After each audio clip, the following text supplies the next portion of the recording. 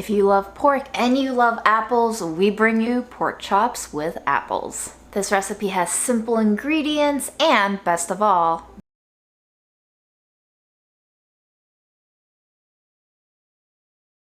of your pork chops. So first things first, let's talk pork. I think a lot of folks out there worry about overcooking pork, tough pork.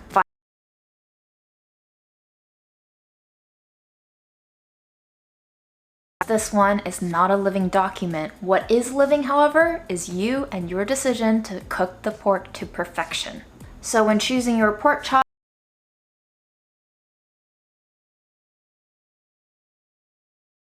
as well as to its size, a smaller pork chop will take less time than a bigger pork chop to cook. And finally, its thickness will also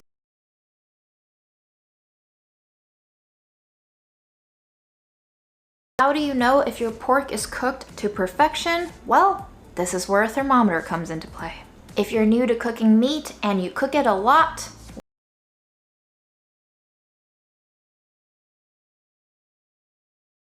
45 degrees Fahrenheit for pork, so that's what you want to hit in the center of your steak.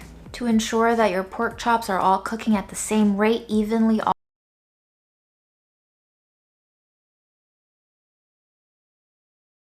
make sure you are making them all boneless. If some look bigger than the others, trim them down to size a little bit.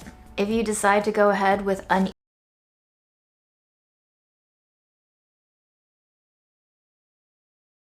of the way, let's talk apples. I personally prefer stuff that are harder, like Honey Crisps, Granny Smiths, even Golden Delicious if you'd like.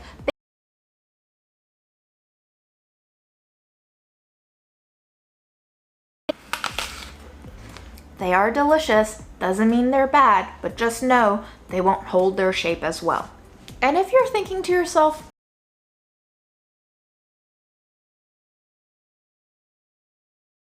for hundreds of years, maybe even longer, think of it as nature's sweetener. The nice, bright, sweet tartness of fresh apples in combination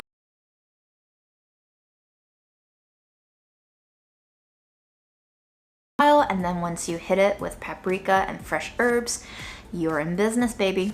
Because we'll be keeping the skins on these apples to retain their shape, I recommend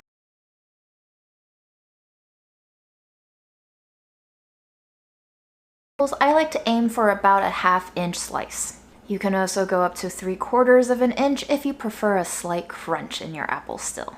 We'll also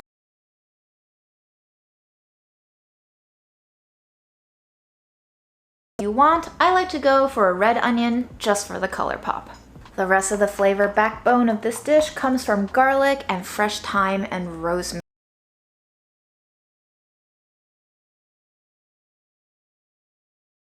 Damn, that doesn't look green or edible anymore. I promise you, it is.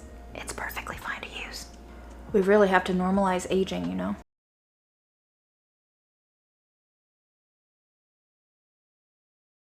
All over with your paprika, some salt, and freshly ground black pepper.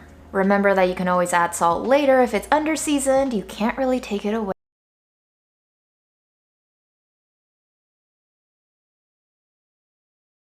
You can go up as you need. In a large skillet, keyword here being large, heat your oil over medium heat.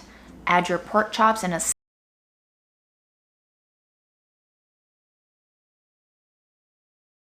anywhere from 3 to 5 minutes per side. Once they're golden, take the pork chops, transfer them to a plate, and then you're going to add to that same skillet your apple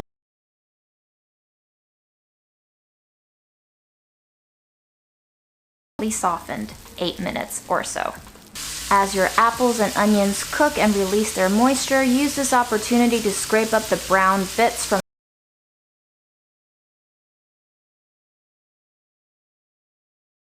with your apple cider and bring to a simmer. Then you're going to add in your pork chops into the skillet again. You're going to let that cider simmer until it's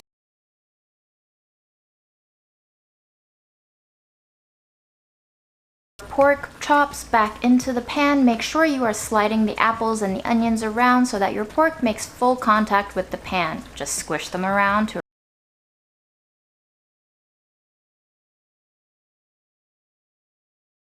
We want to keep all of that flavor.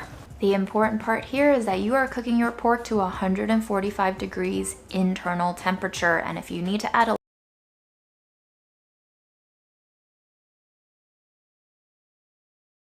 do it. If on the other hand your pork is fully cooked and your broth is still looking not saucy enough, go ahead, extract and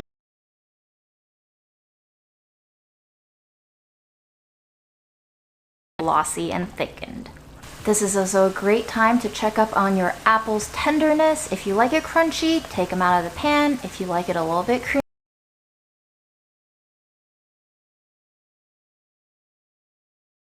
this dish is perfect for fall, but nobody is telling you you can only make it during autumn. It is good all year round. It's bright enough for spring.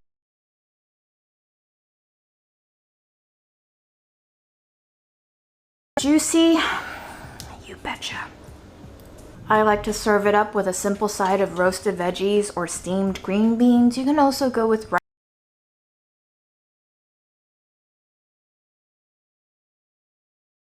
protein, flavor, and satisfaction. Whatever you do, just make sure you get a bite with all the components, you know, because you need.